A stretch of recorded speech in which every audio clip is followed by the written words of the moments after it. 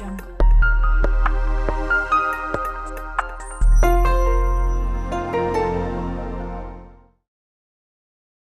Hello and welcome. This is exclusive interview on AD4 TV radio. I am Mahmoud Tunde Hassan. Mass atrocities and human sufferings caused by the proliferation of small arms and light weapons in the conflict zones is a global alarm and a nightmare.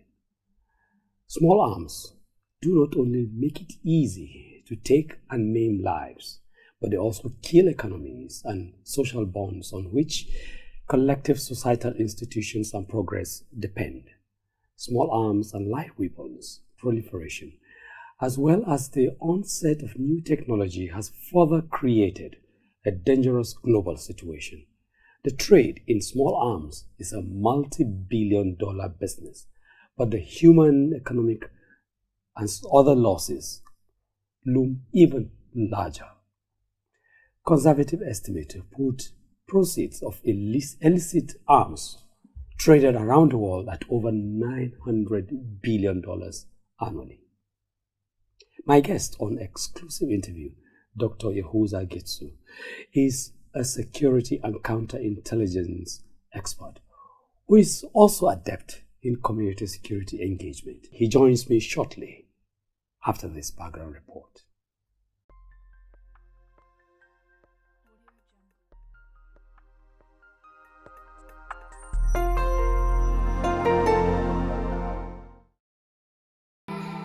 Human suffering caused by the proliferation of small arms and light weapons in conflict zones is becoming a global nightmare.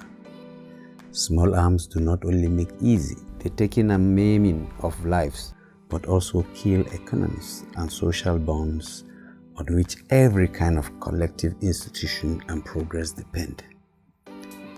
Small arms and light weapons proliferation, as well as the onset of new technology, has created a dangerous global situation. The trade in small arms is a multi-billion-dollar business, but the human and economic cost looms even larger. Conservative estimates put proceeds of illicit arms trade at over $900 billion annually. Out of the 500 million illicit small arms and light weapons in circulation worldwide, more than 100 million are in Africa, and Nigeria accounts for over 50% of the illegal arms on the African continent. The apparent ease with which the weapons are gotten through illicit methods continues to prolong armed conflicts and post-conflict situations. The quantity of illicit arms in the Middle East and Northern Africa is not only staggering, but alarming. Distribution to non-state actors in Libya, Syria, stoked violence, including the multiplication of extremist groups and bandits. A report titled Small Arms, Mass Atrocities and Migration in Nigeria, published in 2020, said the number of small arms in circulation in Nigeria in the hands of civilian non-state actors is estimated at 6,145,000, while the armed forces and the law enforcement collectively account for 586,600 firearms.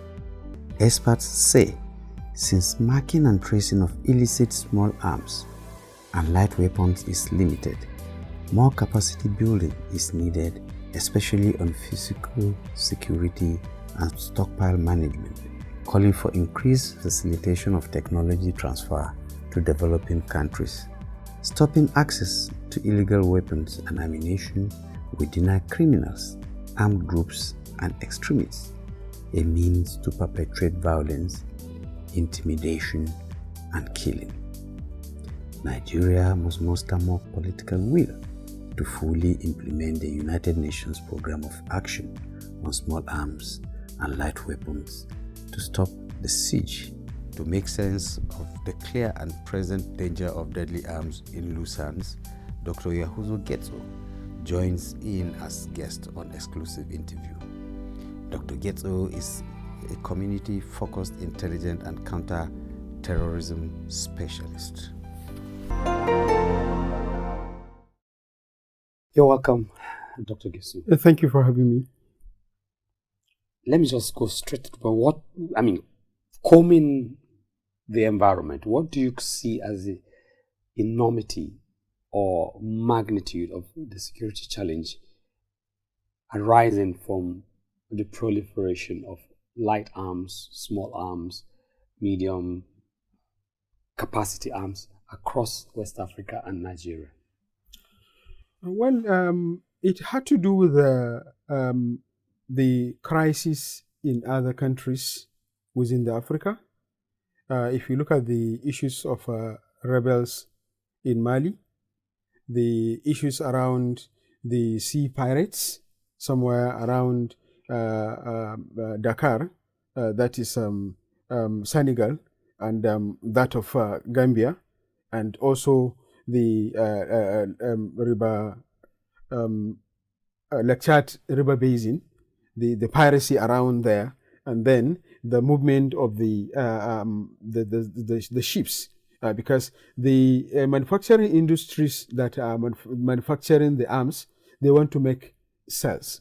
So how will they make a cell?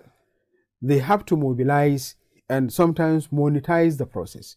That is one aspect. The second aspect is the diplomatic conspiracy between the Anglophone and the Francophone nations, whereby a lot of agitations and a lot of proclamations are being made by the state policies. And those state policies are more or less a politically motivated driven policies rather than operationally motivated policies. I mean, I'm not talking about the general policy, but rather on the subject of security and intelligence management, intelligence gathering, and then the inability for the intersectoral institutional capacity building and the lack of cohesion and synergy between one and the other.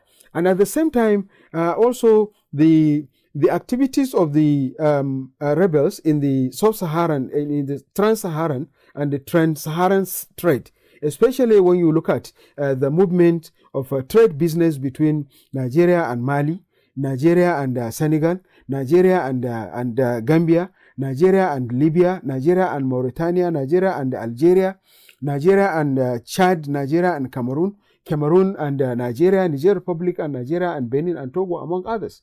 So likewise, more other things. What's more on this is the inability of the states. When I say the state, I quote all the state of the West African sub-region and the African states. I mean, the general umbrella of the African Union are not really looking towards transmitting the messages signed in the memorandum of understanding in the bilateral and multilateral relations. So lack of trust and confidence among the leaders within the state itself. So, and the lack of internal control, because none of these states is able to control proliferation of light weapons and whatever. Okay.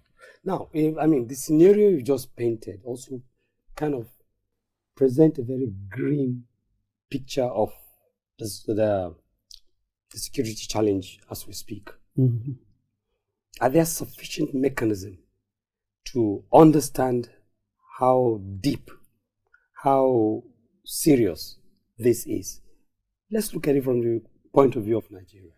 Well, if we look at it in the from the point of view of Nigeria, you can see the operations of the bandits in Katsina, in Sokoto, in Niger, in Kaduna, in Zamfara, as well as in some other part of north central states. That is the activities of the clashes that have been happening, ethno-religious crisis in Kaduna, ethno-religious crisis in Plateau, the communal clashes between TV, Idoma, around Taraba, Adamawa, Benue, and the issues of Boko Haram activities, especially in the extreme end of southern Borno and northern Adamawa, in the areas of Gombe, Hong, Song, Mubi, Madagali, Maiha, Michika, Dikwa, Goza, Chibok, Askira Oba, and Dambua, and alike. Mongono to some extent. So all these are to some extent border communities or border related communities or border related local governments, right from Biu to Howell local government, to Shafa local government, down to Garkida, to Gombe, going to the extent of to some extent up to Fonakai and other of those local governments. So it has interjection of magnitude of the relationship of the trans-Saharan trade. So this gives opportunity for the arm importers and arm traders to do their business at ease, because they have this inter-border relation and the trans-Saharan trade activities that is going on, and there is no monitoring, fixed monitoring and unique mechanism in the bilateral context, or rather the multilateral context, in the context of African Union and in the context of West African sub-region. Not in the extent, even if it is available in the charter, signed by all the, during all the conventions or all the meetings or all the memorandum of understanding signed among either the regional bloc, that is the West Africa, the East Africa, the South Africa, the Central Africa, and West and alike. So even if you have it, it is not unique in terms of transmitting it into operation mode of operandi. So there is no synergy on how both work. Remember, recently there is a separatist in Cameroon that came into Nigeria and killed some citizens. So if at all our free zone or the border lines are really being monitored, that couldn't have happened.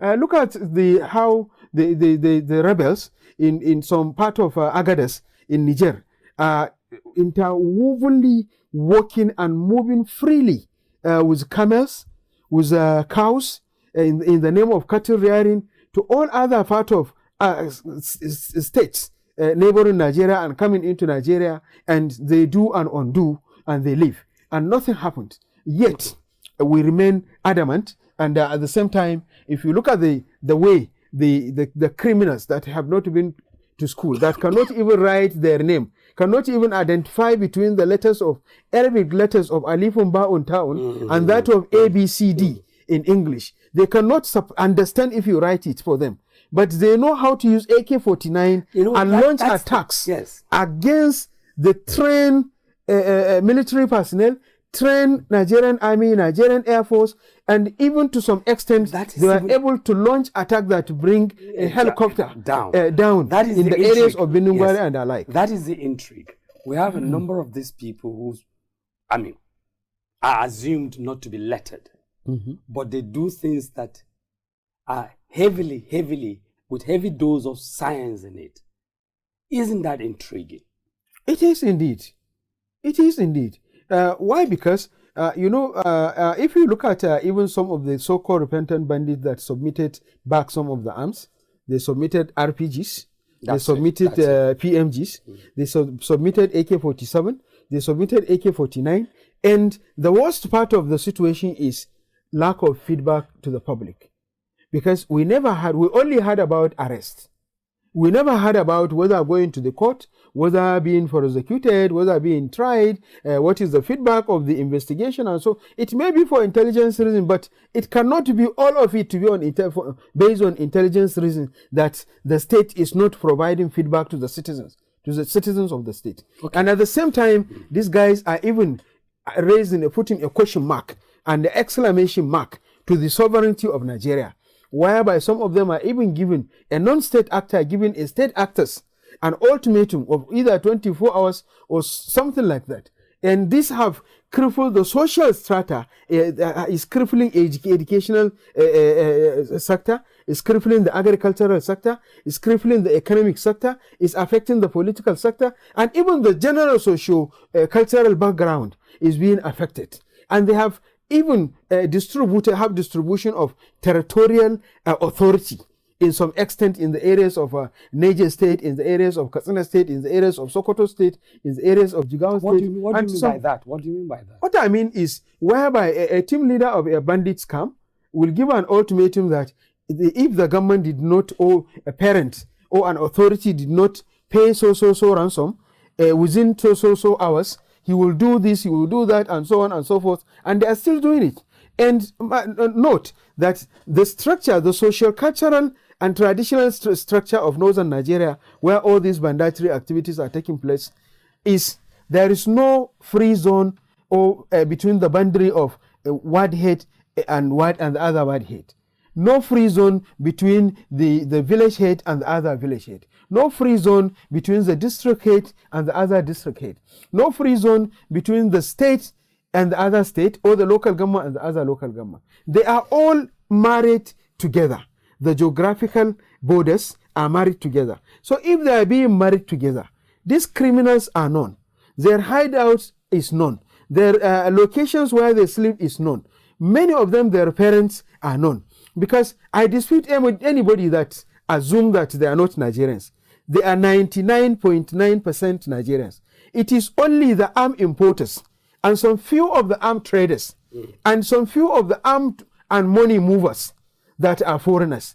Why they are foreigners? Because they bring the arms into the country, they trade the arm within the country, and they transport the arm in the country.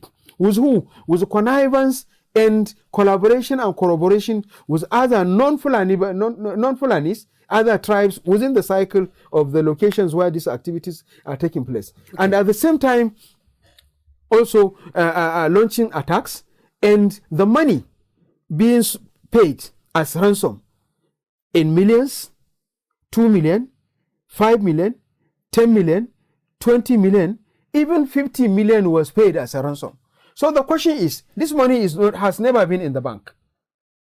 So are you trying to tell me that the money is still, all this money is in the forest? Where are they storing it in the forest? How is it getting to the forest? How is it getting to the forest? I don't know if we really have another Nigeria that they are using to cross over and then maybe use another time to come back to the same Nigeria and dash out the money to the criminals. Okay. But to my own investigation and to my own research and to my own findings with facts is the fact that this money have a supply chain proceedings, and the arms also have a cross supply chain proceedings. Doctor, let me stop you here. We'll return to this conversation shortly. Exclusive interview on AD4 TV Radio. We're back to continue our conversation. AD4 TV Radio, with focus on education with emphasis on research and innovation, science and technology, women and girl child education, children, health, youth and sports, socio-political and economic reforms, security, environment, entrepreneurship, and entertainment. We'll give you information at your fingertips. Learn on the go. Follow AD4 TV Radio on Facebook, Twitter, LinkedIn, Instagram, and YouTube. AD4 TV Radio, reliable and credible. We love you, AD4 TV Radio. Hey, welcome back. Exclusive interview, AD4 TV Radio. And I'm with Dr. Yahuza Gegesu, who is a security and counterintelligence expert with deep community engagement. Before we took that break, Doctor, yes, you were talking about the modus operandi in terms of, those who have taken upon themselves not to let us sleep. The criminals, the bandits, those wielding the massive light and medium scale weapons, creating mass atrocities across the land.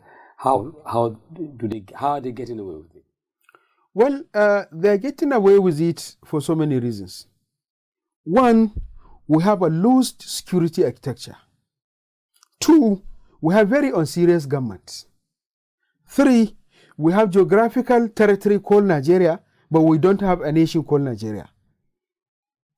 4, the management approach to the security by those responsible, they are only responding to the situation after it happens. So it is always after event. That is when a court will declare bandits as terrorists, as it happens today.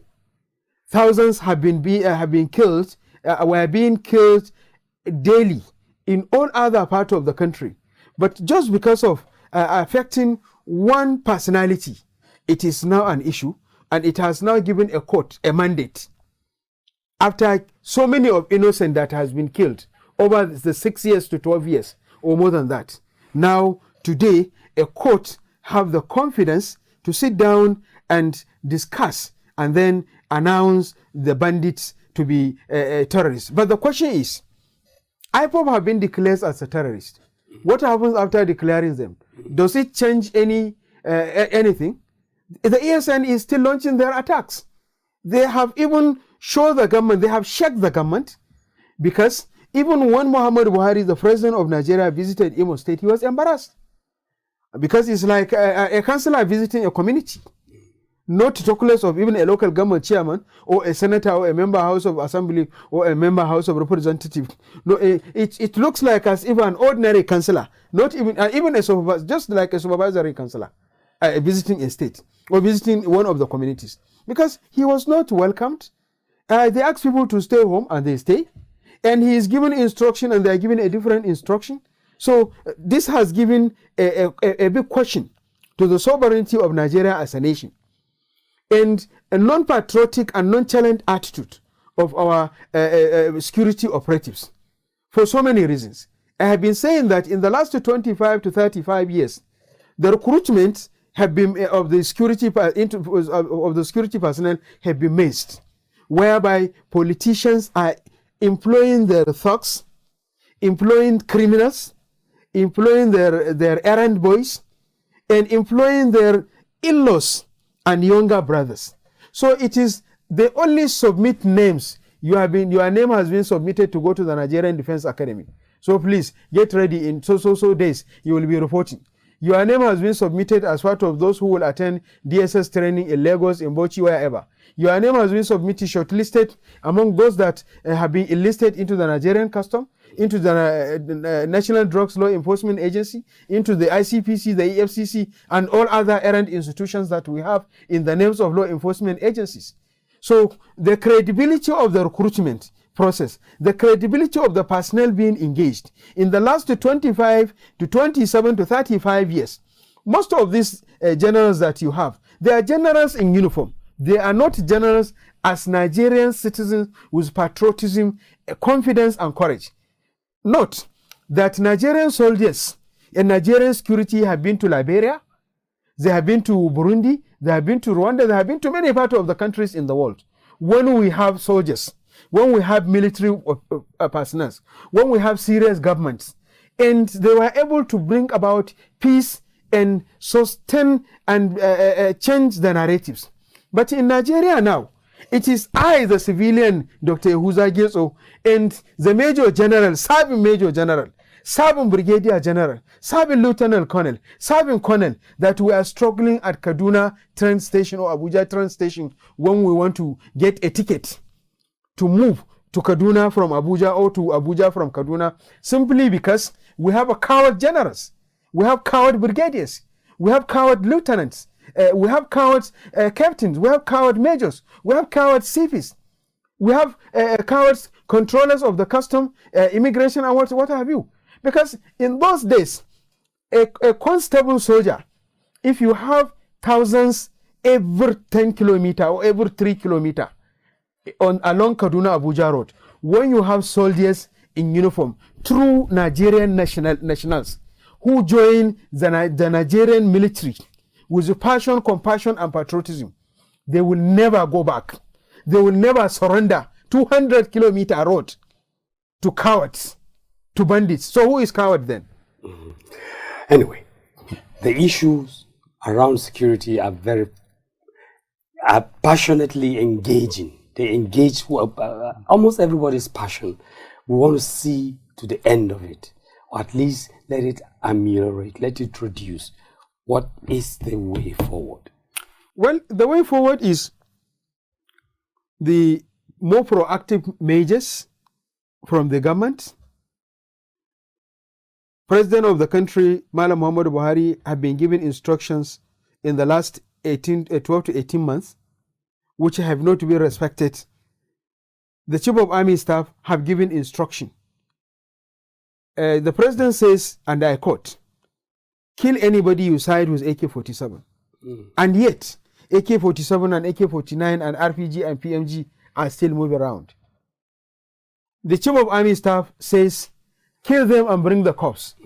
We have had many stories of air strike. We have had many stories of even Nigerian military so shampily are even describing that they killed 10 bandits along Kaduna-Abuja road. And it's now moving around in all the social media.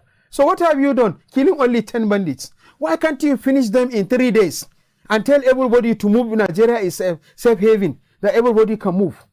So that is one. And two, there is need for massive recruitment. Let's assume that Nigerian government will recruit 40 per polling unit between the ages of 17 to 22. We have numerous number of unemployed youths. Those who went to school, those who graduated from universities, those who graduated from colleges of education and polytechnics, and so on. Should all of these people be deployed to soldiering? I'm coming. Just let me finish. If you mobilize 40 from each polling unit, if the political ward have 10 polling units, you have how many? 400. If the local government have 10 political wards, you have 4,000. We have 774 local governments. So let's assume that we want to do a random sampling, whereby we will engage and recruit 40,000 from assume 500 or 600 local governments. Distribute them by priority to the DSS, to the police, to the civil defense, to the Nigerian Army, to Nigerian Navy, to Air Force, and some of them to even civil defense and other or local vigilante. And then have a kind of cohesive collaboration between the community-driven informal security policy structures and the formal policy structures. If you do that, but mark you, we can never achieve social security and safety in Nigeria unless and until Nigerian government is ready to fight corruption. Because corruption is going to consume us if we are not ready to bring an end to it. We either consume corruption or corruption will consume all of us. Because there is corruption in the recruitment, there is corruption in the polity, there is corruption in the market, there is corruption in the agriculture, there is corruption in all parts of our life space. So once we are not ready to deal with corruption, once we are not ready to have independent judiciary, once we are not ready to have institutional dependency of all the military, the police, and so on and so forth, all those institutions and synergy among those institutions, I am very doubtful if really we are going to make it. And then the approach has to be a triangular approach, whereby we use a stick and carrot, kinetic and non-kinetic measures, at the same time collaboration with non-state actors, that is the vigilante and other local formations that are non-formal institutions and non-formal structures. And then to have a base, a responsibility for all our traditional institutions, so that they can also deal with the situation at their own level and at the same time build their capacity on intelligence gathering, intelligence monitoring, and issues of monitoring and tracking of activities of criminal behavior and criminality in the locations. Because the perspective of the criminality differs between one community and the other, one environment and the other. So what we have as a bilateral criminality is different from what we have as a multilateral criminality. What we have as a state criminality that affects northwestern part of the country have a distinction from what is obtainable in the north central as well as the northeastern part of the country, and the southwest, the south, and the southeast, and alike. And finally, we must look inwards ourselves, how we kind of operationalize the policy, especially mode of operandi of how we utilize a relationship between our diplomatic relationship and to some extent exclusively look in depth into the situation of how the polity, between the quality of the polity and how we manage it, and how we source intelligence and how we interrelate the intelligence between the francophone and anglophone policy making and the proceedings. Thank you very much, Dr. Yahuza Gesu.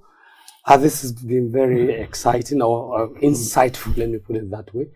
We have been engaging with Dr. Yahuza Gesu, who is a security and counterintelligence expert, and who has also been kind of in the deep of community engagement to deal with the challenges that have arisen in terms of security in the country. Thank you very much, Dr. Thank you for having me. It's been a great pleasure.